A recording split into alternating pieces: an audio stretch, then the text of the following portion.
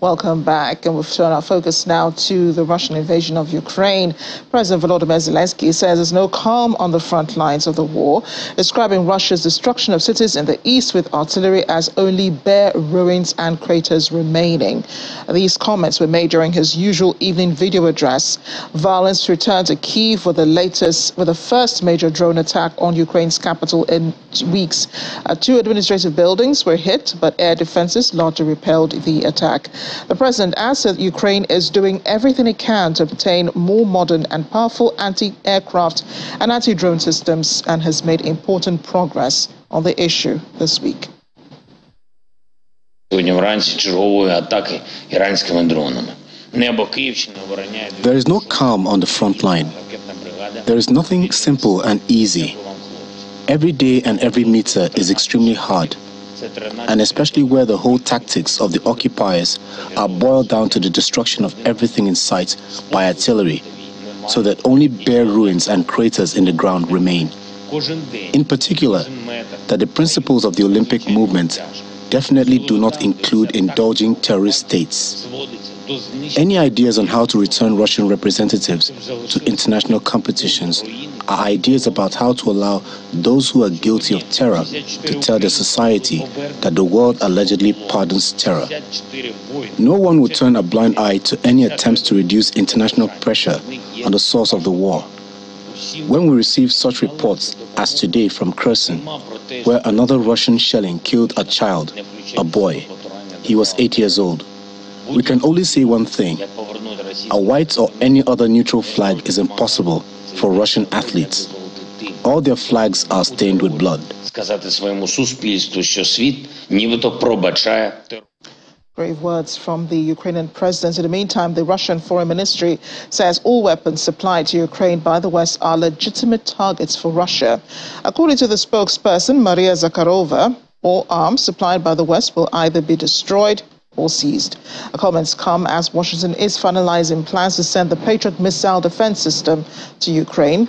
The Patriot is considered to be one of the most advanced U.S. air defense systems, including against aircraft, cruise missiles, and ballistic missiles. It typically includes launchers along with radar and other support vehicles. Russia's embassy in Washington has also said the proposed transfer is provocative and could lead to unpredictable consequences. Italian troops have led the NATO military drills in the Bulgarian Novoselo training base. The Italian infantry fighting vehicles practice defensive activities alongside troops from Albania, Greece, North Macedonia, Montenegro, and the United States. Italy took over the command of a new NATO battle group stationed in Bulgaria in October, one of 4 set up in the wake of Russia's invasion of Ukraine.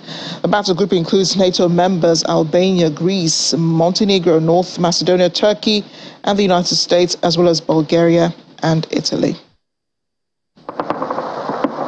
We are very happy because the Italian Ministry of Defense were able to put together in a very short time this battle group, like Fremo Nation, and of course we are very happy because a lot of nations are involved in this battle group: Albania, Greece, North Macedonia, Montenegro, United States of America, Bulgaria, of course, and Italy. Meanwhile, the North Atlantic Treaty Organization has been a force of destruction in places including Kosovo, Afghanistan, and in Africa. That's according to Horace Campbell, Professor of African American Studies and Political Science at Syracuse University. The renowned academic adds that there is no justification for such an armed body in the international system. He made the remarks as NATO countries have been increasing supplies of military equipment, weapons, and ammunition to Ukraine, which is prolonging the armed conflict.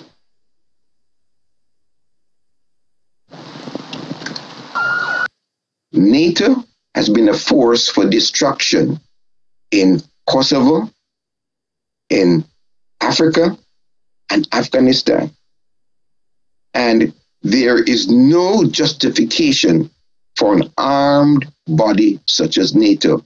It is the institution to provide for the legitimacy of the United States dollar. That is, the United States economic power rests on the military management of the international system. And this military management is dependent on the NATO as its armed wing. With temperatures dropping, Ukrainians needing more and more supplies to withstand the cold winter. The Czech Republic has donated to Ukraine power generators and heaters to help them get through ahead. 6 wagons of the Prague Railway were loaded with the mayor saying 626 diesel heaters and 18 generators will be shipped to Kyiv and Mykolaiv. Since October, Russia has been targeting Ukraine's civil power and heating systems with long-range missiles and drones. Moscow says the aim is to reduce Kyiv's ability to fight and push it to negotiate. At the end of November, the European Parliament launched the campaign Generators of Hope, urging Europe's biggest cities to donate power generators and transformers to keep energy running at essential facilities in war-buffeted Ukraine, including hospitals, schools, water supply facilities, relief centers, shelters, and mobile phone masts.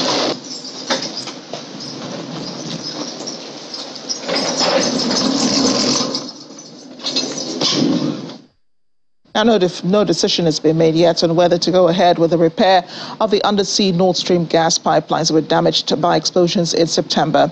As coming from Kremlin spokesperson Dmitry Peskov, who was commenting on Canada's plans to revoke a sanctions waiver that allowed turbines for Nord Stream 1, Russia's biggest gas pipeline to Europe, to be repaired in Montreal and returned to Germany. He says Russia is not aware of the results of investigations into the pipeline blasts by Sweden and Denmark. Moscow, without providing evidence, has blamed the explosions on Western sabotage. Ukrainian demining specialists have been clearing a field in Donetsk region filled with a vast amount of unexploded munitions, explosive objects, and thousands of anti-tank mines. According to one of them, some of the mines which could not be defused have been distantly exploded on site. Instead, mines and unexploded projectiles are not the only objects posing danger on what used to be a battlefield.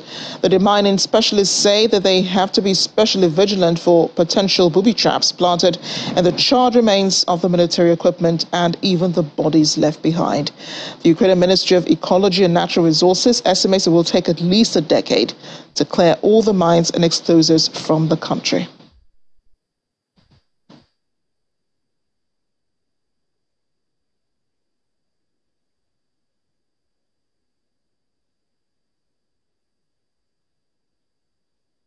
The head of the Ukrainian Civil Liberties Group, which was last week awarded the Nobel Peace Prize, Oleksandr Matvichuk, has condemned what she terms a circle of impunity, which she says Russia has enjoyed for decades. She'll making the comments at a news conference after the European Parliament awarded the 2022 Sakharov Prize for Freedom of Thought to the Ukrainian people. She called for stronger sanctions on Russia and an international tribunal. The human rights lawyer went on to say the Russian invasion of Ukraine has all the signs of genocide. The people of Ukraine received the European Parliament's annual Sakharov Prize for Freedom of Thought earlier on Wednesday to honor their fight against Russia's invasion. We need such level of sanctions which can stop the ability of Russian economy to feed this war and finance these atrocities. And we need justice. Because all this hell, which we now face in Ukraine, is a result of total impunity, which Russia enjoyed for decades. It's become a part of culture. Russians believe they can do whatever they wanted. We must break this circle of impunity, which Russians enjoyed for decades in Chechnya, in Moldova, in Georgia, in Mali, in Syria, in Libya, in other countries of the world. We must establish international tribunal and hold Putin, Lukashenko and other war criminals accountable. I know that there are a lot of expert discussions, but I think that we have to discuss another question for current moment, because while this discussion is going on, the Kremlin leadership and Russian propagandists continue incitement to genocide publicly.